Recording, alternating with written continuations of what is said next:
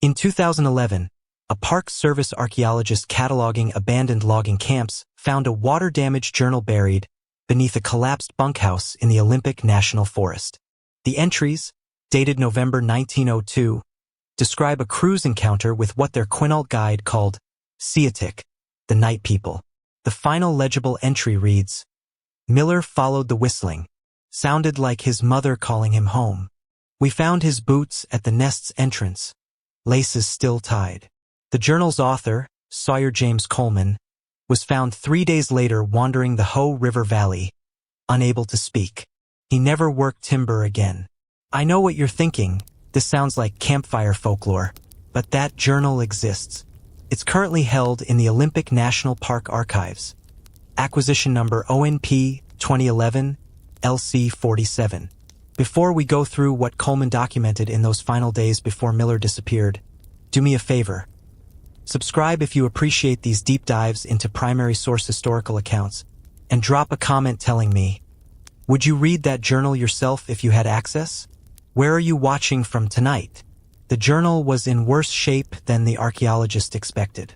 Water had seeped through the floorboards of the collapsed bunkhouse for over a century, turning most of the pages into pulp.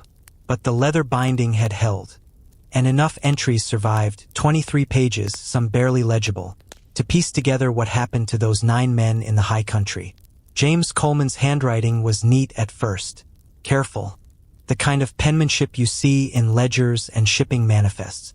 But by the final entries, the letters slanted hard to the right, pressed so deep into the paper they'd torn through in places.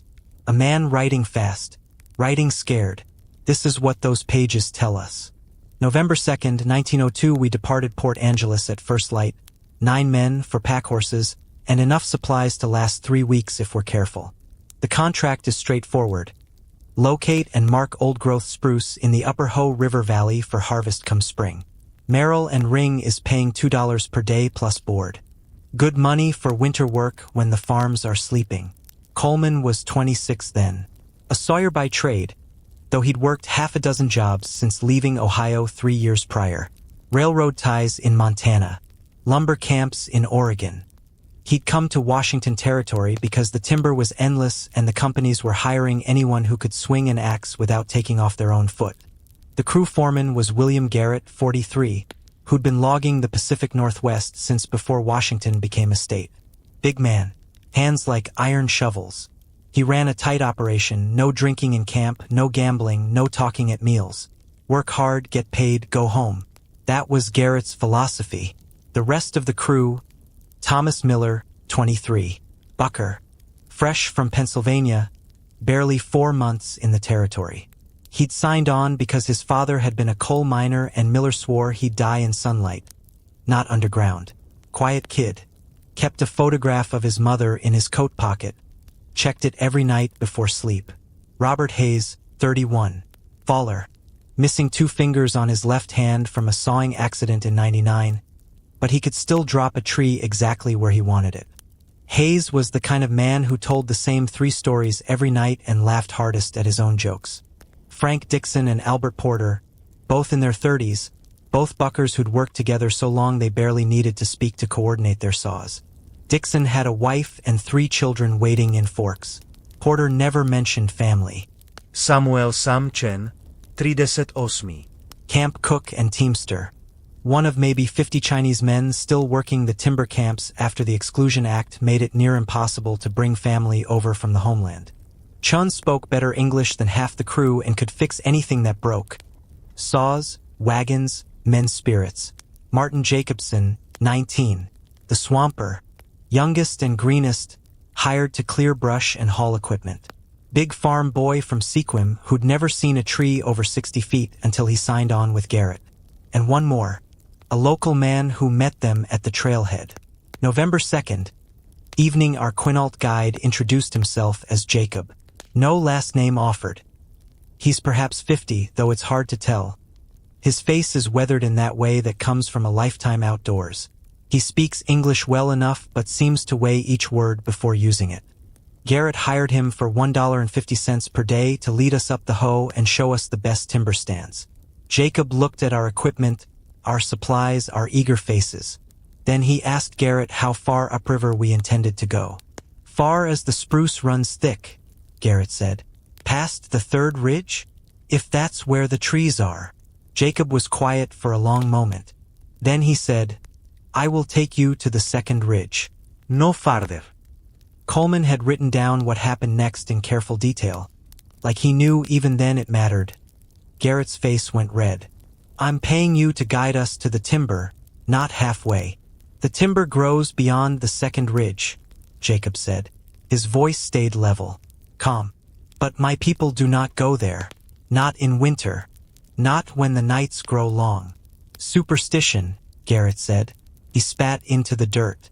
I need a guide, not a preacher. Jacob looked at each of us in turn. His eyes held something I couldn't quite name. Not fear. More like respect. The way you might look at a house you know is on fire. If you go beyond the second ridge, he said, there are 3 rules. Break them and I cannot help you. Garrett waved a hand dismissively, but Jacob continued anyway. 1. Do not follow sounds that seem familiar. The Seeahtik, the night people, they learn voices.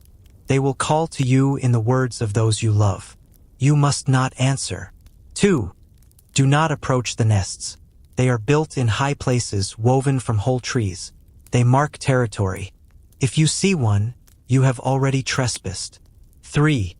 If you smell something wrong, like old death mixed with burned hair, make yourself large. Make noise. Light fires. Do not run. Running makes you prey. Miller asked what happens if you break the rules. Jacob looked at him for a long time. Some come back, he finally said. But they are different, changed. They do not speak of what they saw. They do not return to the forest. Garrett snorted. Ghost stories to scare white men. I've been logging these mountains for 20 years. Never seen anything worse than a hungry cougar. Jacob nodded slowly. Then you have been fortunate. Or you have not gone far enough. They made camp that first night at the confluence of 2 streams, maybe 8 miles from the trailhead. The forest there was dense with cedar and hemlock, so thick the canopy blocked most of the fading light. Coleman's entry described the sounds. The rush of water over stones, the chittering of squirrels, the distant knocking of a woodpecker. Normal sounds. Forest sounds. November 3rd, we made good progress today.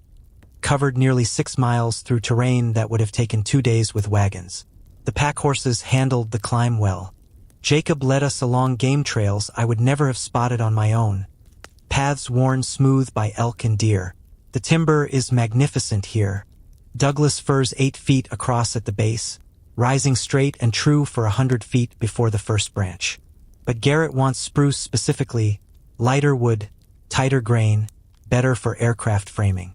The government contracts pay triple for spruce. We're camped now at the base of the first ridge.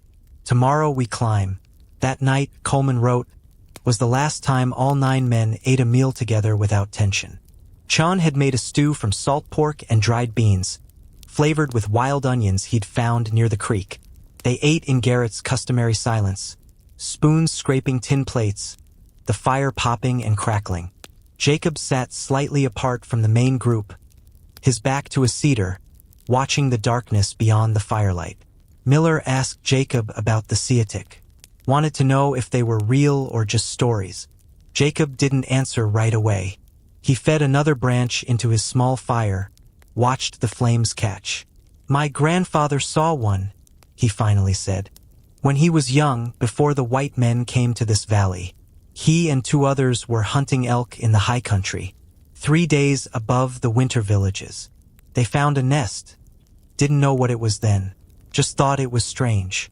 Trees woven together, bent and twisted, 30 feet off the ground. They climbed up to look. Inside they found bones. Elk, bear, and 1 human skull, old and weathered, placed in the center like an offering. That night they heard the whistling, like birds but wrong. The melody too complex, too deliberate. One of the hunters, Jacob's grandfather, wouldn't say his name. He said it sounded like his wife singing the lullaby she sang to their infant son. He followed the sound.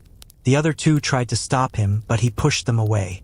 Said his wife was out there, lost. Said he had to find her. They never saw him again, but the next morning they found his tracks, leading away from camp, leading to the nest, and at the base of the tree, his moccasins, placed side by side, like he'd taken them off himself and walked into the forest barefoot. The crew was quiet after that. Even Garrett had nothing to say. Hayes broke the silence with a nervous laugh and one of his usual stories, but his heart wasn't in it. They turned in early.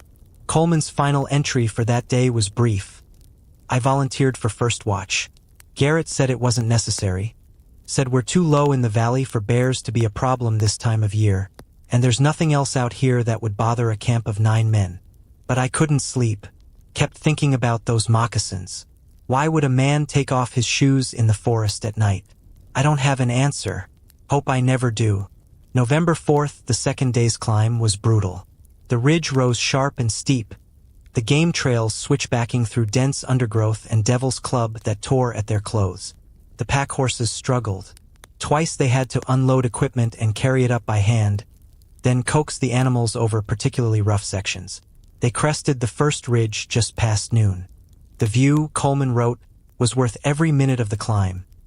The valley spread below us like something from a painting, the Hoh River cutting silver through the green, mountains rising in waves to the south, their peaks already white with early snow. The air was clean and sharp. For a moment, I understood why men came to this country, why they stayed. Then Jacob pointed east, toward the second ridge. The spruce grows thick there, he said. That is good timber country, but we camp on this side tonight. Tomorrow, if you still wish to go higher, I will take you to the second ridge. But no farther. Garrett agreed. Even he could see the men were spent from the climb.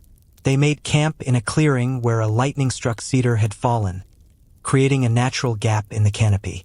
Chun got a fire going while the others set up the 2 large canvas tents, one for sleeping, one for supplies and equipment. The routine was familiar, comforting. Coleman's entry for that evening shows the first crack in that comfort. We haven't seen game all day. No deer. No elk sign. No birds except crows, and even those seemed wrong, quieter than usual, watching from a distance.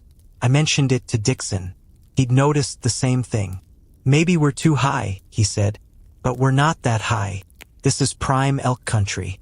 Hayes made a joke about us being too ugly and scaring the animals away. But I noticed he'd started carrying his rifle everywhere, even just to piss behind a tree.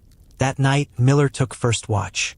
Coleman woke for the second shift at what he estimated was around 2 a.m., though he noted it was hard to tell time in the forest dark.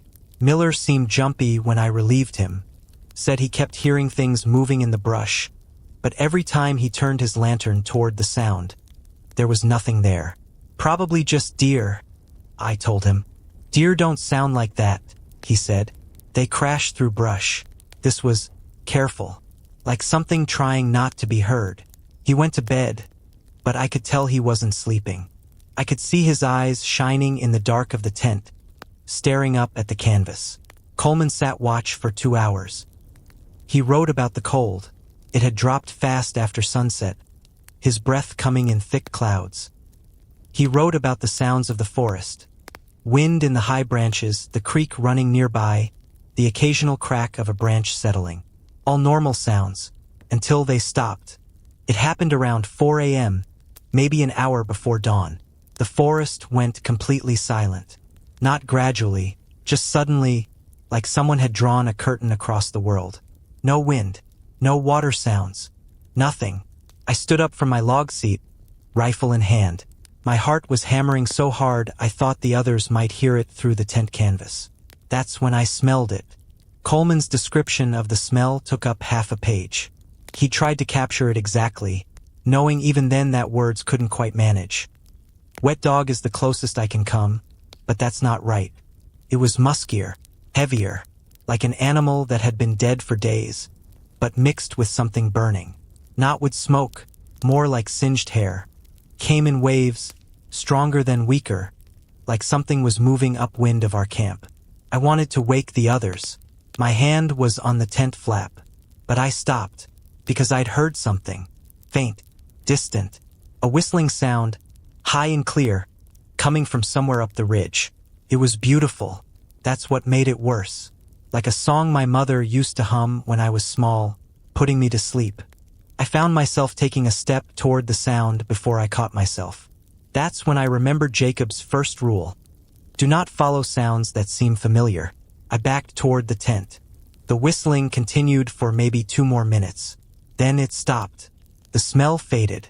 And gradually, very gradually, the forest sounds came back. Wind, water, the world breathing again. I didn't tell the others in the morning. Didn't want them thinking I was spooked by a bird and a strong wind. But I've started keeping the rifle loaded. November 5th, they reached the second ridge by midday. The terrain had grown rougher, the forest darker and more dense. But Garrett's instincts had been right. The spruce here was incredible. Trees 6 and 7 feet across, rising straight for 60 feet before the first branch. The wood grained so tight you could barely see the growth rings. This is what we came for, Coleman wrote. Garrett estimated we'd marked enough timber to keep the mill running for 2 seasons. At $2 per day plus a completion bonus, this job would set me up well through next summer. But something felt wrong. Dixon had found it first. A survey stake they'd planted that morning, marking a particularly valuable stand of spruce. He'd gone back to double-check his measurements and found the stake missing. We searched for 20 minutes before Porter spotted it. Planted 50 yards from where we'd left it, driven into the ground at the base of a massive cedar. Driven so deep we had to dig it out with the pry bar. Animal knocked it over, dragged it, Garrett said. But we all knew that was wrong. Animals don't pull up survey stakes and replant them elsewhere. Maybe someone's claim jumping, Hayes suggested. Saw our marks and tried to move them, but there were no tracks except our own. And we were 14 miles from the nearest settlement, in terrain that would take a professional woodsman days to navigate. Jacob walked over to where we'd found the stake. He looked at it for a long time. Then he looked up at the cedar. We should leave, he said. Now, while there's still light. Garrett turned red. We haven't even started marking the upper valley. There's 2 more days' worth of prime timber. Leave the timber, Jacob said. His voice was quiet but firm. You have crossed the second ridge. You are in their territory now. Whose territory? Jacob pointed up. Into the cedar's canopy. That's when they saw it. Coleman described it in detail across 3 pages, his handwriting getting messier as he went. 40 feet up, maybe 50, where the cedar's main branches spread wide. Something had been built. At first, I thought it was a massive bird's nest. Eagles, maybe. But as my eyes adjusted, I realized the scale was wrong. This was huge, 15 feet across at least. And it wasn't made from twigs and grass. It was woven from saplings. Whole young trees, bent and twisted and interlaced with a precision that made my skin crawl. Some of the saplings were 10 feet long, their roots still intact, woven into the structure like rope. No bird made that, Miller whispered.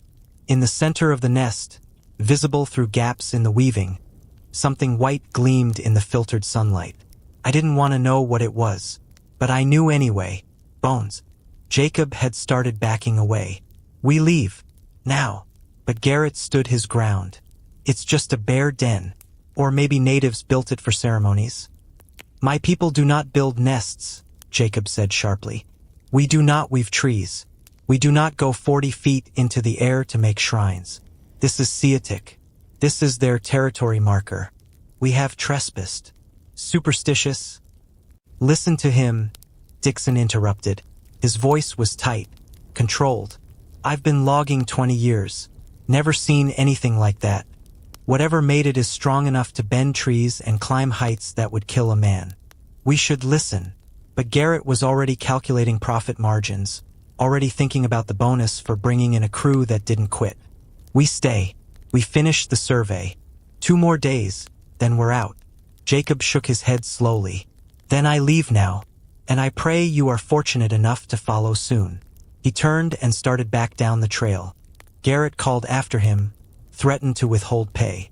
Jacob didn't even look back. They watched him disappear into the forest. Then Garrett turned to the crew. Anyone else want to quit over a pile of sticks in a tree? Nobody moved. They needed the money too much. Or maybe they were just too tired to hike 14 miles back in one day. They set up camp a quarter-mile from the nest. Garrett's orders. Get the survey done, get out, get paid. We're camping tonight within sight of that thing, Coleman wrote. I can see it from where I'm sitting. A dark mass against the darkening sky. And I swear, I know how this sounds, but I swear the wind doesn't touch it. The branches around it move. The nest itself stays perfectly still. Hayes volunteered for first watch. He's trying to act like nothing's wrong, joking about ghost stories and Indian curses. But I saw him checking his rifle 3 times after cleaning it. I should sleep. We have a long day tomorrow. But I don't think I will. The smell came back that night. Coleman's entry for November 6th started with 3 words, pressed so hard into the paper they'd torn through. Hayes is gone. We found his rifle leaning against the log where he'd been sitting watch. The fire was down to coals. His coat was still there, folded neatly beside his pack, like he'd just stepped away to relieve himself. But his boots were gone, and there were tracks. Not footprints. Hayes had been wearing standard caulked logging boots. The soles would have left clear marks in the soft ground. These were different, huge, barefoot and human-shaped, but wrong. The toes too long, the arch too high, and the stride Miller measured them, 18 inches long, 4 feet between steps, like something running on 2 legs at a height no human could match. The tracks led straight toward the nest. They'd found something else, too. Something that made even Garrett's certainty crack. At the base of the cedar with the nest, arranged in a careful row, 6 survey stakes. Every single one we'd planted over the past 3 days. Pulled up and replanted here, driven deep into the ground, points facing the tree trunk. Like arrows pointing the way, or like a warning. Garrett organized a search party. Dixon, Porter, and Jacobson went east along the creek. Miller and Chun went north toward a rocky outcrop. Garrett and Coleman searched the nest tree itself. I didn't want to get close to that thing. Every instinct I had screamed to walk the other way. But Hayes was up there, had to be. The tracks led right to the base of the tree and vanished. Nowhere else he could have gone. We circled the trunk, looking up. The nest was too high to see into from the ground, blocked by lower branches. Garrett called up. No answer. Then we saw them. Hanging from a branch about 30 feet up. Hayes's boots, laces tied together, swinging slightly in the wind. Just his boots. Nothing else. Coleman's handwriting deteriorated here. The lines slanting hard right, words running together. Garrett wanted to climb up. Actually started to before I grabbed his arm. Told him we needed rope, safety lines, another man to belay. But really I just couldn't let him go up there. Because I'd seen something else. On the trunk, about 15 feet up, claw marks. For parallel grooves carved deep into the bark, fresh sap still weeping from the wounds. Each groove as long as my forearm. Spaced wide enough that whatever made them had hands or paws bigger than dinner plates. And below the claw marks, carved into the bark with some kind of tool or talon. 3 symbols. Not letters. Not anything I recognized. But they'd been cut with purpose, with intelligence. Something had marked this tree, this territory, this nest. The other search parties found nothing. No sign of Hayes. No more tracks. By noon, Garrett made the call to pack up and head down. They'd come back with a larger crew, proper equipment, maybe bring the sheriff from Forks. But Miller wouldn't leave.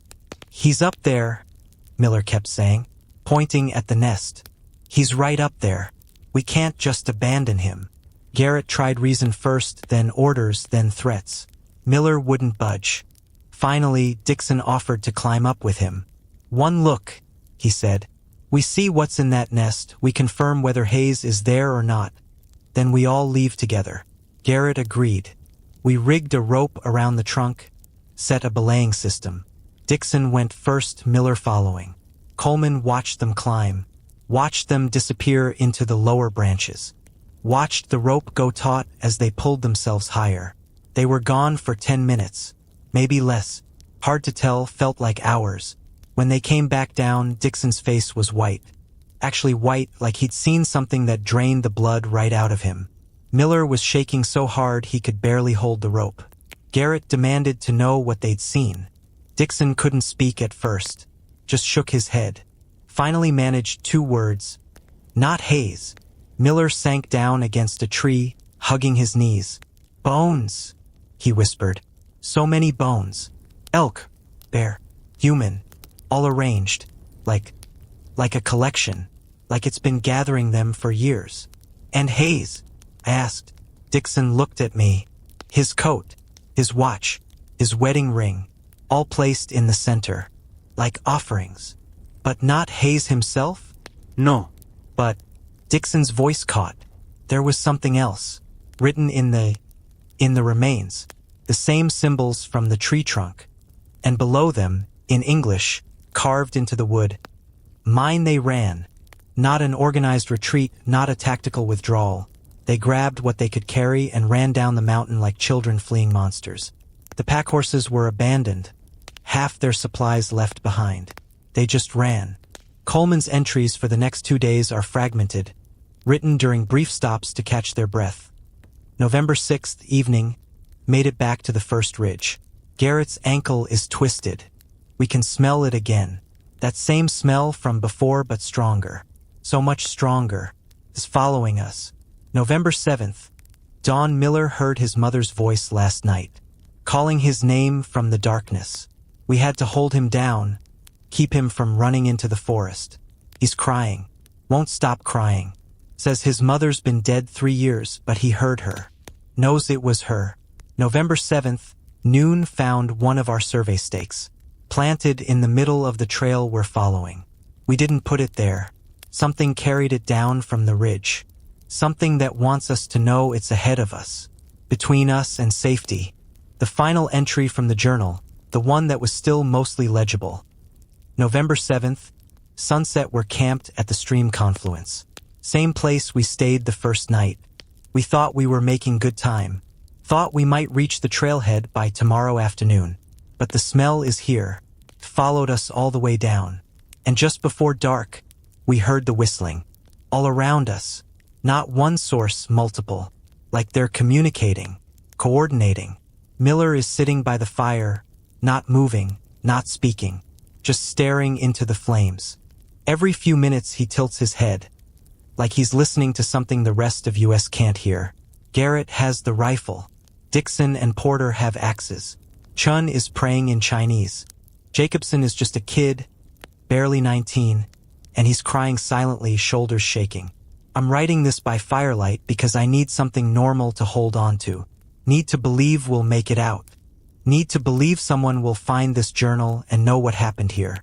The whistling is getting closer. It sounds exactly like my mother's lullaby. Miller just stood up. The entry ends there. The next page is water damaged beyond recovery.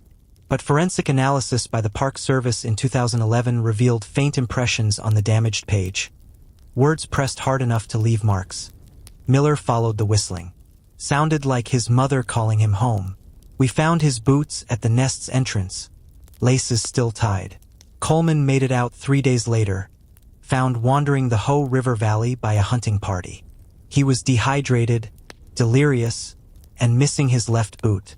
He never spoke of what happened in those 3 days. The others? Hayes's body was never found. Miller's boots were recovered from the base of the nest tree in 1903 by a Forest Service crew. But Miller himself vanished into the Olympic wilderness and was never seen again. Of the remaining 6 men who fled down the mountain with Coleman, 4 made it back to Port Angeles. Garrett died of exposure 2 miles from the trailhead. His journal never recovered. Jacobson lived, but moved back east within the month and never worked timber again. Dixon, Porter, and Chin all continued logging, but refused ever to work the Olympic high country. When asked about the 1902 expedition, all 3 men gave the same response. We don't talk about what's in the nests. And somewhere in the forest above the Hoh River, woven into the branches of a massive cedar, those boots still hang. Laces tied together, swinging in the wind. Miller stood up. Not quickly, not panicked, just slow and deliberate, like a man walking to Sunday service. His eyes were open but empty, looking at something the rest of us couldn't see. Miller. Garrett's voice was sharp. Sit down. Miller took a step toward the darkness. Then another. I grabbed his arm. He was ice cold, shaking, but his face was calm, peaceful almost. My mother, he whispered. She's calling me home. The whistling came again. That same melody, beautiful and wrong. There's nothing out there, I said, lying. We all heard it. Miller pulled free. Not violently, just pulled, and my grip slipped like he was made of water. She needs me. She's lost. Dixon tackled him. They went down hard, Miller thrashing now, screaming in a voice that didn't sound human. Let me go. She's out there. She's waiting. Took 3 of us to hold him down. He was strong, panic strong, the kind of strength that breaks bones. Porter sat on his legs. Dixon pinned his shoulders. I held his head, trying to keep him from biting. The whistling stopped. The forest went silent again. That same terrible silence from before. No wind, no water, nothing. Like the world was holding its breath. Then we heard it. All of us this time. Footsteps. Heavy. Deliberate. Circling the camp just beyond the firelight. Not trying to be quiet anymore. The ground vibrated with each step. Something massive. Something that didn't care if we heard it coming. Rifles, Garrett said quietly. Now. But Miller had gone still beneath us. Stopped fighting. His eyes focused on something over my shoulder. Something in the darkness.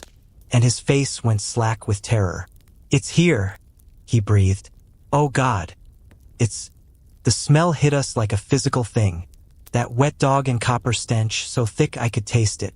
My stomach heaved. Dixon gagged beside me. And then we saw it. Not all of it. Just pieces. Fragments in the firelight. An arm reaching around a cedar trunk. Too long. The joints wrong, elbows that bent both ways. Fingers that ended in curved black talons. Each one as long as my hand. Then the eyes. Red. Not reflecting the firelight. Glowing red. Like coals in a forge. Set too far apart in a face we couldn't quite see. Too high off the ground. 8 feet, maybe more. I stepped into the light. Not all the way. Just enough. Just enough to show us what we were dealing with. The body was massive. Covered in dark matted hair. But underneath, the shape was wrong. The proportions violated everything I knew about animals, about anatomy, about what was possible. The legs bent backward like a bird's. The spine curved in ways that made my eyes hurt to follow. And the face, I can't. I've tried for 50 years to describe that face and words just fail. Human features, but stretched, distorted. Like someone had taken a man and changed him, pulled him taller, wider, made him into something new. Something hungry. It looked at Miller. Just Miller. Ignored the rest of us completely. Miller whimpered. Actually whimpered. Like a child afraid of the dark. The thing's mouth opened. Rows of teeth. Too many. And then it spoke. Not words, but sounds. Miller's mother's voice. Exakt. Perfect. Singing that lullaby we'd heard in the whistling. No, Miller sobbed. No, no, no, that's not her, that's not. It reached for him. Garrett fired. The shot was deafening in the confined space. The bullet hit center mass, I saw it impact, saw the dark blood spray. The thing didn't even flinch. Kept reaching. I don't remember letting go of Miller. Don't remember standing up or backing away. I just remember Porter screaming, run. And then we were moving, scrambling, grabbing what we could. Miller's scream cut off suddenly. Completely. Like someone had closed a door. I looked back once. The thing had him. Not carrying him. Just touching him. One massive hand on Miller's shoulder. And Miller was walking. Calm now. Peaceful. Walking toward the darkness with that creature beside him. Walking toward the ridge. Toward the nest. Walking like he was going home. Miller! Dixon's voice cracked. He started to run after them. Garrett grabbed him. He's gone. We move now or we're all gone. We ran. I don't know how long we ran. Time stopped meaning anything. The forest was ink black. The moon hidden behind clouds. We crashed through undergrowth, tripped over roots, fell and got up and kept going. Behind us, that sound. Click, click, click. Rhythmic. Deliberate. Following. Not rushing. Not chasing. Just following. Like it knew we couldn't escape. Like it was hurting us. Chun went down hard, his ankle twisted at a sickening angle. Porter and Dixon pulled him up, half-carried him between them. We kept moving. The clicking got closer. "The creek!" Garrett panted. "Get to the creek." "Running water," Jacob said. We broke through the tree line and hit the stream. The same one we'd camped beside that first night, a lifetime ago. The water was black and swift, swollen from recent rain. We splashed across. The cold bit through my boots, soaked my pants to the knee. On the far bank, we turned. It stood at the water's edge, fully visible now in the moonlight that had broken through the clouds. 8 feet tall, maybe more, covered in dark matted fur. Those red eyes burning, arms that hung down past its knees. And that face, that terrible face that was almost human, almost familiar, but twisted into something nightmarish. It didn't cross, just stood there, watching us. Dixon raised his rifle with shaking hands. "Why isn't it?" "The water," Chin whispered. His face was gray with pain. Jacob was right. It won't cross running water. We stood there for what felt like hours. Maybe it was only minutes. The thing paced the far bank, back and forth, never taking its eyes off us, testing the boundary, looking for a crossing point. Then it stopped, looked directly at me, and smiled. I know how that sounds, but it smiled. A deliberate expression of intelligence, of awareness. Like it understood something we didn't. Like it had one. Turned and walked back into the forest. Unhurried, confident. We heard it climbing. Heard branches crack as it ascended. Heard that clicking call echo from the ridge above, and worse, heard it answered from somewhere to the east. Then the north. Multiple clicks. Multiple voices. "There's more than one," Porter said quietly. "Jesus Christ, there's more than one." We started moving downstream, away from the ridge, away from the nests. It took us 4 days to reach Port Angeles. Chen's ankle was broken. We made a splint from branches and took turns supporting him. Garrett's breathing grew ragged on the second day, pneumonia setting in from exposure. We had no food except what we could forage. No shelter except what we could build from cedar boughs. And we could smell it, that stench, following us the whole way down, never seeing it again, just knowing it was there, watching, making sure we left. Jacobson didn't make it, collapsed on the 3rd day, fever burning through him. We carried him as far as we could, but his breathing stopped that night. We buried him in a shallow grave near a cedar grove. Didn't mark it, didn't want to. We were 5 men when we started that expedition. 3 of us walked out of the Olympic Mountains. The Merrill Ring Company demanded an explanation. We told them the truth: weather, terrain, equipment failure. Hayes's disappearance was listed as lost to wilderness hazard. Miller as missing, presumed dead.